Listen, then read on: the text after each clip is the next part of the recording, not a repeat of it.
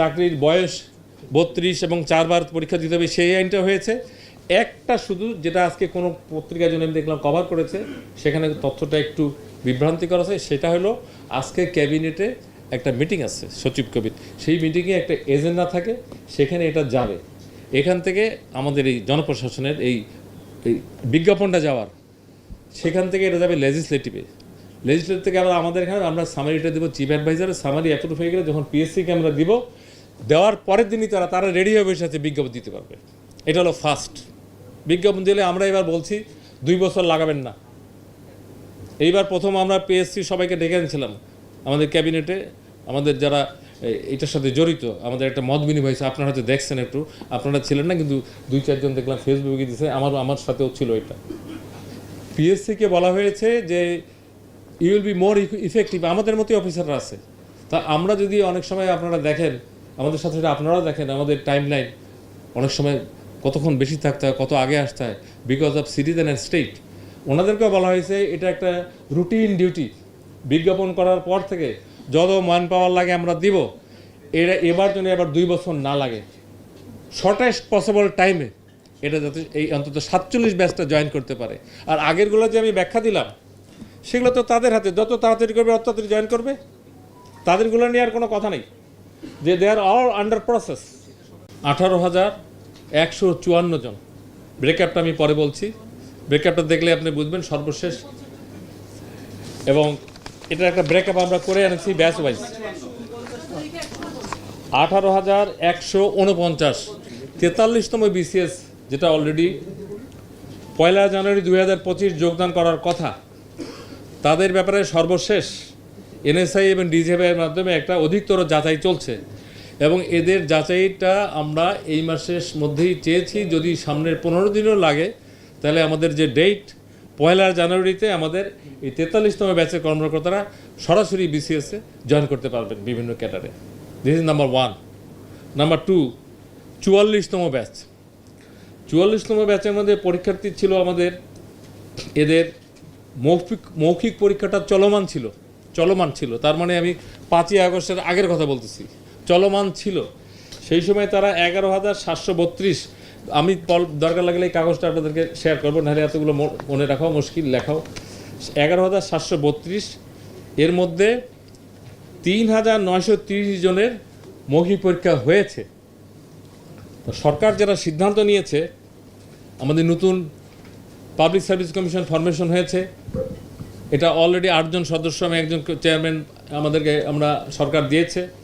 তো এই বিসিএসসি লিখিত পরীক্ষার এখন যেটা সিদ্ধান্ত হয়েছে, যে কয়জনের হয়েছে এটা আমরা সুপারসিড করে সকলকেই নতুন করে ভাইবা নেওয়া হবে। অতএব এই আমাদের 44তম বিসিএসে 11,732 জন প্রার্থীর পরীক্ষা নতুন করে নেওয়া হবে। এবং আপনারা জানেন viva board is a very sensitive. এখানে নিজস্ব লোক থাকে, সাবজেক্টের লোক থাকে, সরকারের লোক থাকে। এই জায়গায় একটা নার্ভ কাজ করে। এবং এই যে 5ই আগস্ট অথবা 8ই আগস্টের পরিবর্তিত সরকারের পরিপ্রেক্ষিতে যে সরকার গঠিত হয়েছে, সেই সরকারের পালসের আলোকে এই কমিটিগুলি কাজ করবে। এটা হলো 44। 45 বিসিএসের প্রিলিমিনারি পরীক্ষা হয়েছে। প্রিলিমিনারি কতজন? 12,789 জনকে নেওয়া হয়েছে।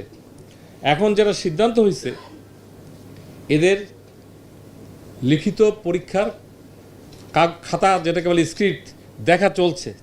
এখানে সরকার সিদ্ধান্ত নিয়েছে এই যে লিখিত পরীক্ষার first examiner, second examiner, what ever it is, এখন থার্ড এক্সামিনার দিয়ে সবগুলো করা হবে।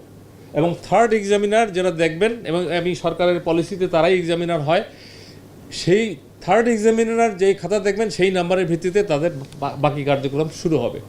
তাহলে এটা গেলো আমাদের। এদের সংখ্যা আপনি পেলেন 12,779। এই জন্য একবার আমি টোটালটা যোগ দিয়েছি সিলেকশন হওয়ার পরে যেটা হবে। 46তম বিসিএস।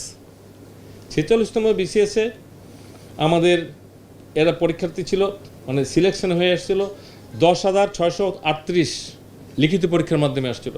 এখন যেটা সিদ্ধান্ত হয়েছে নতুন পিএসসি, এক্ষেত্রে সম্ভাব্য বৈষম্য দূরীকরণের লক্ষ্যে ইতিমধ্যে নির্বাচিত প্রার্থীদের সঙ্গে সমসংখ্যক, অর্থাৎ এই যে 10,638 প্লাস 10,638 তার মানে আমরা 21,276 জন লিখিত পরীক্ষাকে তুলে এনে এদেরকে বাকিটা মূল্যায়ন করা হবে, তার মানে ডবল।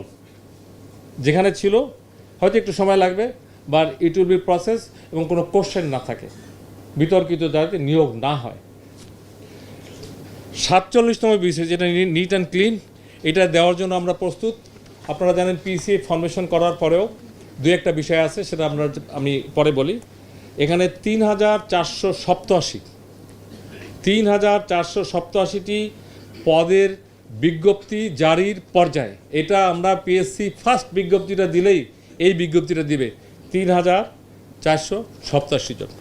তাহলে এই টোটাল আমরা দেখেছি আমাদের ক্যাডার এবং বিসিএসের একটা দেখবেন যে নন ক্যাডারও থাকে, এই দুইটা মিলে হলো 18,149। ক্যাডারে হলো 12,710, নন ক্যাডারে হলো 5,439। এই হলো আমাদের একটা তথ্য শেয়ার করলাম যে দীর্ঘদিন ধরে মানুষ চাকরি এবং বিসিএস ফরমেশন অনেকগুলো হয়েছে, সরকারের সর্বশেষ অবস্থান আমি আপনাদের মাধ্যমে জানালাম। এটা হলো একটা বিষয়। এর বাইরে এই কাগজটা পাওয়ার দরকার লাগলে আমি পিআর সাহেবকে বলবো, ইফ ইউ নিড আমরা এই কাগজটা আপনাদের শেয়ার করতে পারি, কারণ আপনারা যার যার মতো করে নিউজ করবেন, যার যার মতো করে লিখবেন, তথ্যগুলোকে যার যার মতো করে আপনার অ্যানালাইসিস করবেন। এই লিবার্টি ইজ ইয়ার্স। নাম্বার 2 হলো যে বিষয়গুলো একটু জরুরি, অনেকেই প্রশ্ন করেন, অনেক সাংবাদিক ইন্ডিভিজুয়াল করেন, অনেকের জানতে চান, আপনাদের মাধ্যমে জানতে চান, অনেকে আমাদের এখানে দল বেঁধে এসে জানতে চান। এটা হলো বাস্তবতা, কারণ দীর্ঘদিন ধরে এগুলো হচ্ছে না, তো হয়নি। তো বিসিএস রিক্রুটমেন্টের ব্যাপারে আমাদের কয়েকটা বিষয়ের সিদ্ধান্ত হয়েছে, যেহেতু ক্যাবিনেট সেক্রেটারি আমাদের নতুন যোগদান করেছেন। আমরা এটা একটা এসএসবি বলে, এটা ফরমেশন হয়েছে। ডিএস টু জয়েন্ট সেক্রেটারি, এই প্রমোশনটা আপনারা শর্টলি শুরু হবে। যেহেতু অনেকে প্রমোশনের পদোন্নতি হওয়ার পরে পদ দেওয়া যায়নি, দ্যাট ইজ ডিফারেন্ট, কিন্তু ব্যাচ ওয়াইজ আবার প্রমোশন আবার ডিউ হয়ে যায়, এটা আবার আরেকটা হিস্ট্রি। এটা একটা joint secretary to additional secretary, এটা একটা।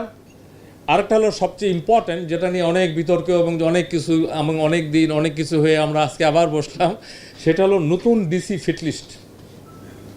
এই কাজটা শুরু হবে, এবং এই কাজটা আমরা গতবার যেরকম তাড়াহুড়া দিনে রাতে মানে আনলিমিটেড একটা সিচুয়েশনে কাজটা করতে হয়েছে, there was lot of labs or whatever it is.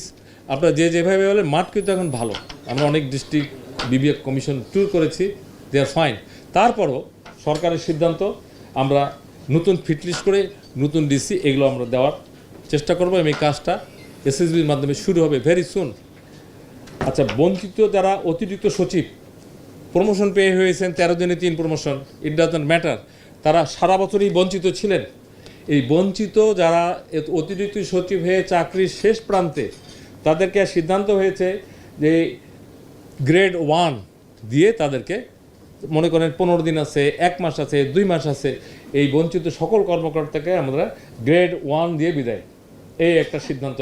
এটা আমি মনে করি অনেকেরই মনের দুঃখ, প্রমোশন হবে এবং সামাজিকভাবে, পারিবারিকভাবে, আর্থিকভাবে তারা বেনিফিটেড হবে। এইটার জন্যই মানুষ চাকরি করে, এবং এটার জন্যই মানুষ আমরা অনেক কিছু দাবি ইত্যাদি দাবি করার আগেই যেতে হয়, যেন সরকার আমরা এটার সিদ্ধান্ত নিয়েছি। আরেকটা হলো আধার ক্যাডার, এদের এন্ট্রি এবং কিছু বিধিবিধান আছে। আধার ক্যাডারের প্রমোশনটা বিধি মোতাবেক প্যারালাল শুরু হবে।